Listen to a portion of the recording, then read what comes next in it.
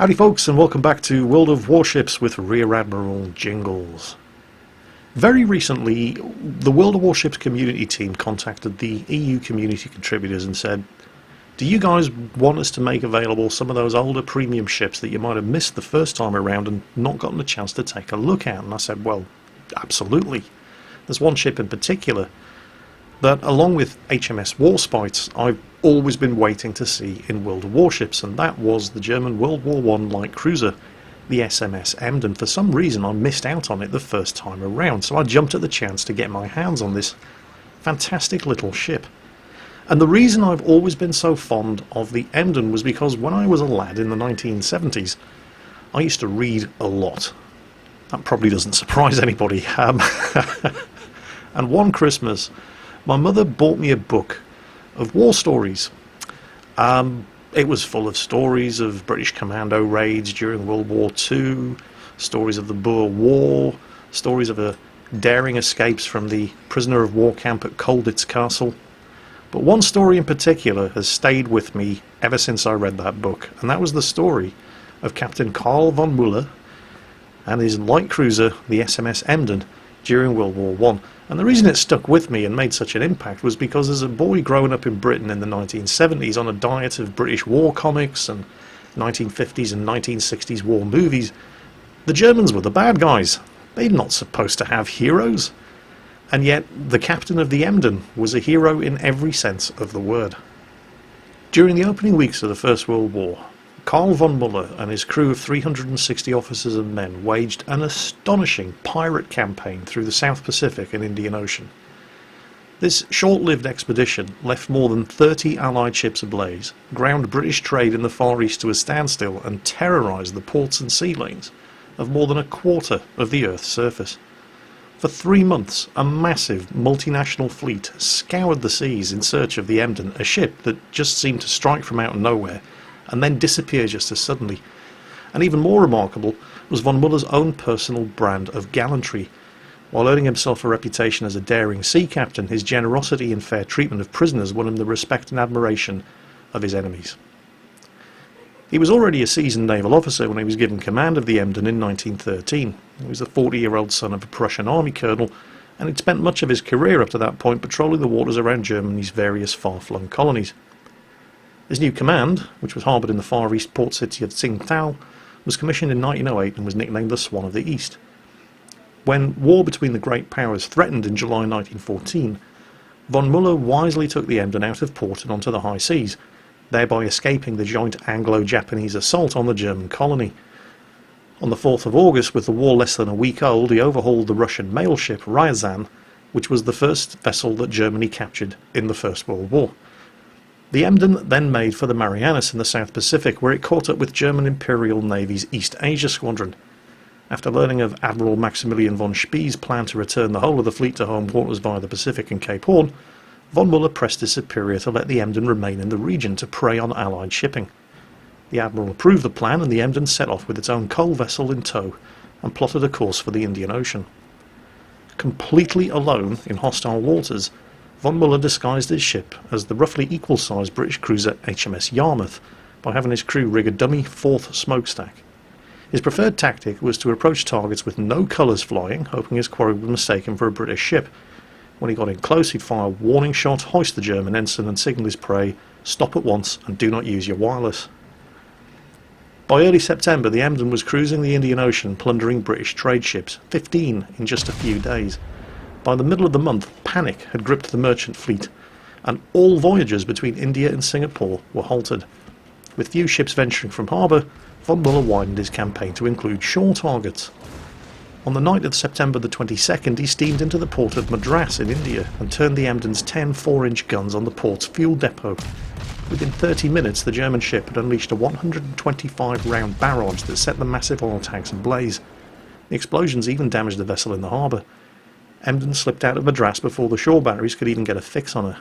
Fears that von Müller was en route to Sri Lanka caused widespread panic there. In the coming days, the Emden would send 6 more enemy ships to the bottom. Von Müller next set his sights on the British port at Diego Garcia. However, upon arrival, he was amazed to learn that the authorities there had no idea that war had even been declared. Rather than turn his guns on an unsuspecting enemy, he took advantage of the calm to re-provision, repair and repaint his ship. The man had balls of steel. He returned the generosity of his unwitting hosts by putting his own crewmen to work fixing a local resident's boat, and in a few days the Emden was back at sea.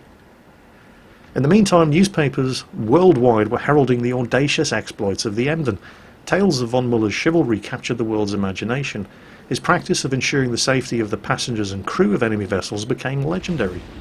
According to eyewitnesses, von Muller's men were under strict orders to take off all prisoners before blasting or scuttling a ship. All those detained were either put ashore at neutral ports or transferred to non-belligerent ships and were treated as guests while in German custody. In one instance, the Emden, posing as a British cruiser, got in close enough to a French warship to unleash a withering cannonade at almost point-blank range. Von Muller ordered 35 survivors of the stricken vessel plucked from the sea and put ashore. 5 crewmen who died during the rescue were buried by the Emden's crew with full military honours.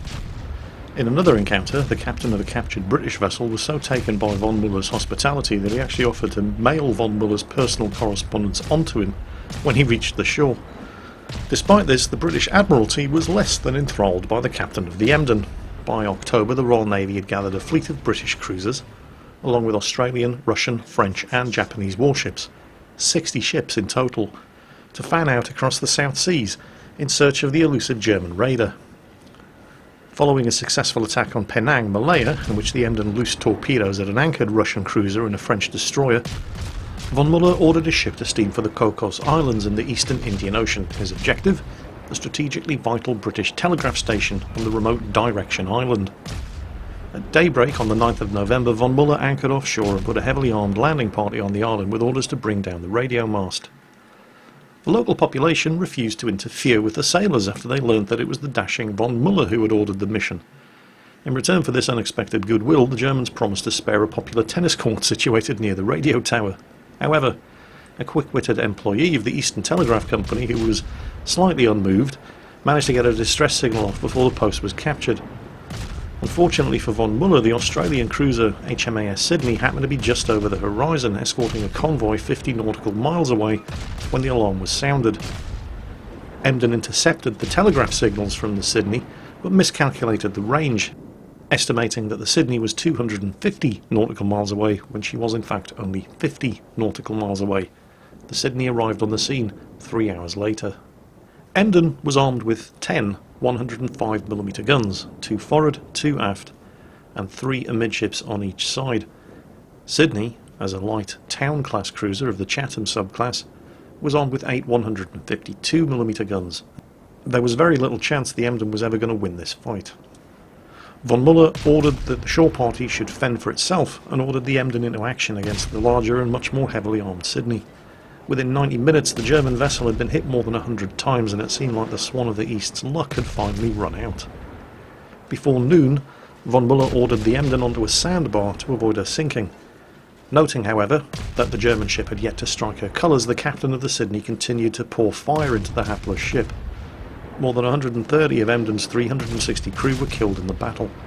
By sunset, von Muller finally ordered the survivors to haul down their flag. He and the remaining crew were taken prisoner, and the Emden was finished. Von Muller was held as a prisoner of war on Malta until late in the war, at which point he was exchanged and returned to Germany. Upon his arrival, he was hailed as a hero and promoted to full captain. All of the ship's officers, including the famous commander, were awarded the Iron Cross First Class. The rest of the crew received Iron Crosses Second Class. Even the ship was awarded the Iron Cross. Additionally, all of the crewmen were permitted to add Emden to their surnames, a distinction that could be passed down to their descendants.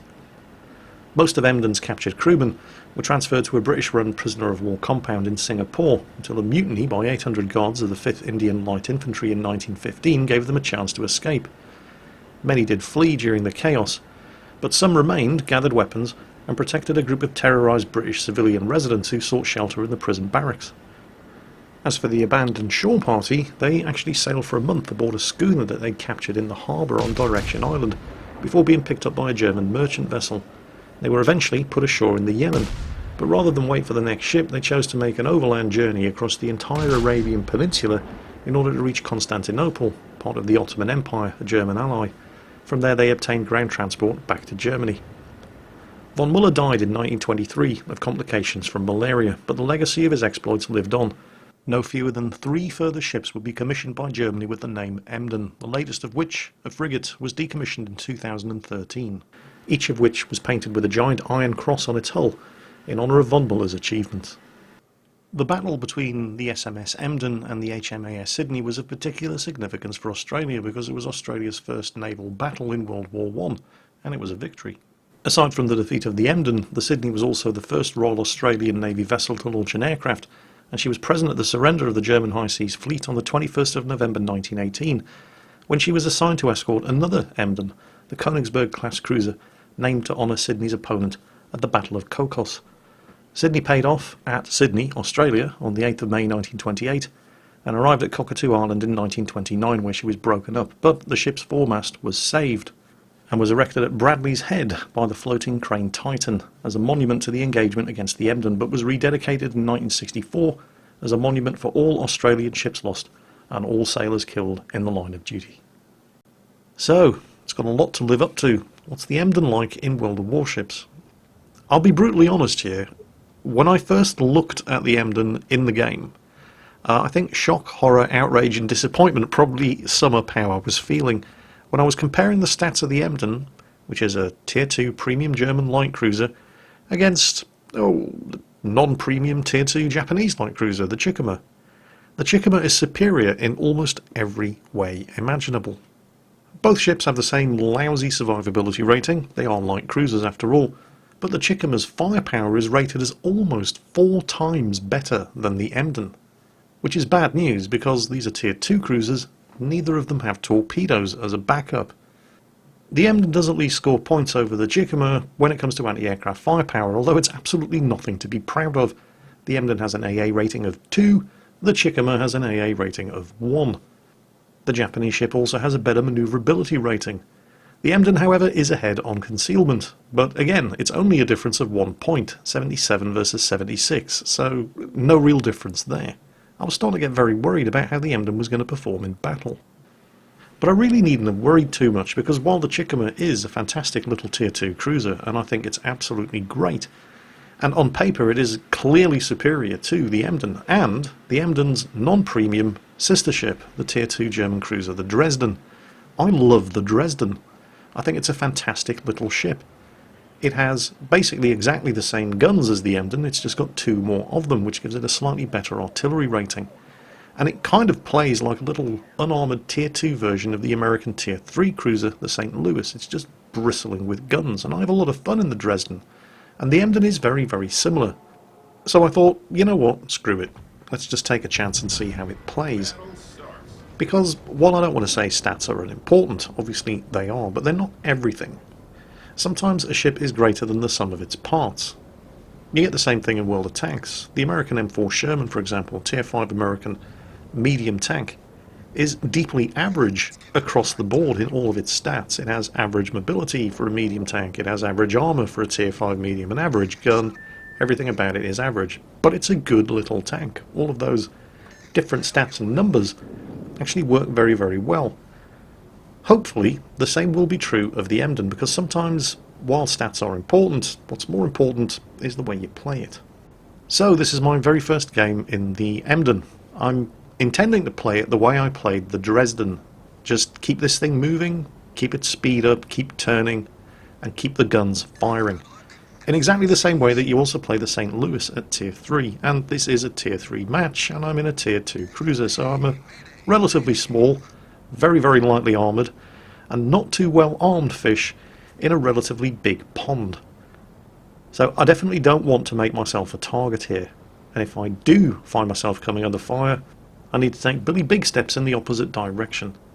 And the speed of the ship isn't that bad, it'll do just a hair under 24 knots, which is substantially better in real terms than something like the St. Louis. But the St. Louis has armour. The St. Louis can take a beating. It doesn't matter too much if the St. Louis can't escape its pursuers, because it's got a good health pool, it's got lots and lots and lots of guns, and it can take the hits. The Emden definitely cannot take the hits, but it's got the speed. So keep the ship moving, keep manoeuvring, avoid fire, and if you start taking too much damage, get the hell out of there. So I definitely don't want to be the first one spotted, because the first one spotted is the first one to get shot at, and people tend to fixate on a target. Regardless of what else pops up, once they start shooting at one ship, they like to keep shooting at that ship. So I've slowed my ass down, and I'm going to start to engage these enemy cruisers. The second I fire, I'm spotted. Now it can't be those guys up ahead. They have no line of sight to me. So that probably means there's a destroyer around here somewhere, and I'm starting to take fire from one of these Soviet cruisers, and I really have no idea what this kind of ship is like. So, let's speed up, let's start turning, and let's start avoiding his fire. I've switched to armor piercing here because I'm trying to get plunging fire hits against this Soviet cruiser, but again, this is the first time I've played the ship, so I have absolutely no idea what the armor piercing performance of these guns are like. He's turned broadside on, so I really need to get the hell out of here. He has a lot of guns. I haven't taken a lot of damage, and I think I definitely need... There's far too many enemy ships up there and nowhere near enough friendly ships. I need to get them interested in shooting at somebody else. So I'm going to let that Tenryu go on ahead. He's tier 3 after all, and I'm going to let some other friendly ships basically put themselves between me and harm's way. But at the same time, I'm not just going to abandon them. Now my guns only have an 8.9 kilometer range, so I'm going to need to get a little bit closer and support that Tenryu up there. And there is some more friendly fire coming in from behind. And that right there is my nemesis. It's the Japanese tier 2, the Chikuma, which is better in every way that matters over the Emden. Let's just see what the Emden can do to it. I've switched back to high explosive. These are only 105mm guns. They're destroyer class guns. It just has a lot of them. I think, based on the limited experience that I have so far in the Emden, high explosive is definitely the way to go in this ship. I don't think I've ever scored a Citadel, and the Citadels don't do a lot of damage anyway. I've got this guy comfortably in my range. I'm consistently scoring hits on him. He's not even trying to maneuver. At the same time, I'm not making myself an easy target for him. I'm making sure there are plenty of other friendly ships between me and him that he can shoot at, and I'm manoeuvring. I'm keeping the ship turning, and bingo, there's my first kill. And it worked, because nobody was firing at me. They were engaging the ships that were closer to them. So, who's next? There's a Novik, but he's not in range, but there. There's that Russian cruiser again, and he is comfortably inside my range. There's a Wix up there who is never going to hit him with those torpedoes. He's even missing him with his guns. So, well, he's in range. I can hit him. Let's give him something to worry about, and hopefully that Wix is going to get away. And look at the lovely firing arc of these guns as well. You notice how I'm able to still consistently hit that Bogatyr, even though he's actually out of physical line of sight. He's made it into cover now though, but my manoeuvring has brought me within range of the Novik, so I start lighting this guy up. Again, comfortably within my range. It's only 8.9 kilometers. The first hits actually knock out his steering and set him on fire. Hopefully, because he had already taken damage, he'd already used his damage control ability, so he's going to keep burning. And once again, despite the fact that I can't actually see him, I am able to keep landing shots on him all the way over on the other side of that island. Stop for a second, take a look around me, assess the situation. Very important you do this at regular intervals when you're playing World of Warships. I've lost track of the number of times when I first started playing that I would fixate on one target, like that Novik that I was shooting at, and blindly sail into danger without realising it. And that's the USS Chester, the American Tier 2. And he's engaged there from the starboard side by somebody, and he's just run out of support. And what are those torpedoes doing? Are they... It's that Wix again, isn't it? He's done it again. There's no way those torpedoes are going to reach that Chester. They're going to run out of power 4 kilometers away from him, but I shouldn't complain. At least he didn't fire them into me. So while that Chester's engaged with a target to his starboard beam and his support to the rear is busy sinking, I'm going to get in here and soften him up with a high explosive. Oh, he's firing. Is he firing at me? He's turning broadside on. I've set him on fire. He's not firing at me. Who's he shooting at? There's another cruiser like 5 kilometers behind me, and he's shooting at him rather than me. Well, I'm certainly not complaining. I know he's shooting at me now, but he's left it far too late. The one advantage the Chester has over the Emden, because they're very, very similar ships, is in its firepower. In fact, you could say that of all of the other Tier 2 cruisers. They all have better firepower, and there's my second kill. And the Arsonist award, hooray. It looks like I did set that Novik on fire after he'd used his damage control ability. He must have continued to burn. So, Arsonist award, nice. The Chester, it doesn't have as many guns as the Emden, but they are substantially bigger. It can mount 152mm guns compared to the Emden's 105mm guns, but I don't know, I think if you have a small, very lightly armoured, pretty fast and manoeuvrable for its tier, it is only tier 2, light cruiser like the Chester, like the Chickamer, like the Dresden and like the Emden, then lots and lots and lots of low caliber rapid firing guns seem to work better, at least the way I play these ships, than something like the Chester, which is very similar in all respects to the Emden, except it has 152mm guns, and not as many of them as the Emden's 105mm guns. It certainly didn't seem to do that particular Chester any favours whatsoever, and I think that's why I really don't like the Chester. And I do like the Chickamer, and I do like the Dresden, and I really, really like the Emden as well. Jingles, what are you shooting at? There's nothing there. Well, I wouldn't be too sure about that. I am detected. And nobody else is in line of sight. There's a destroyer down there. So, you never know. I might hit him. I might panic him. There he is. I might trick him into doing something stupid like firing his guns and giving his position away. Right then. Right then, sunshine. Yeah, it's no good popping smoke. Oh, he's hit me. Oh, there's another one. Right, okay. Well, we'll finish this guy off, and then we'll deal with his little friend. Kill number 3.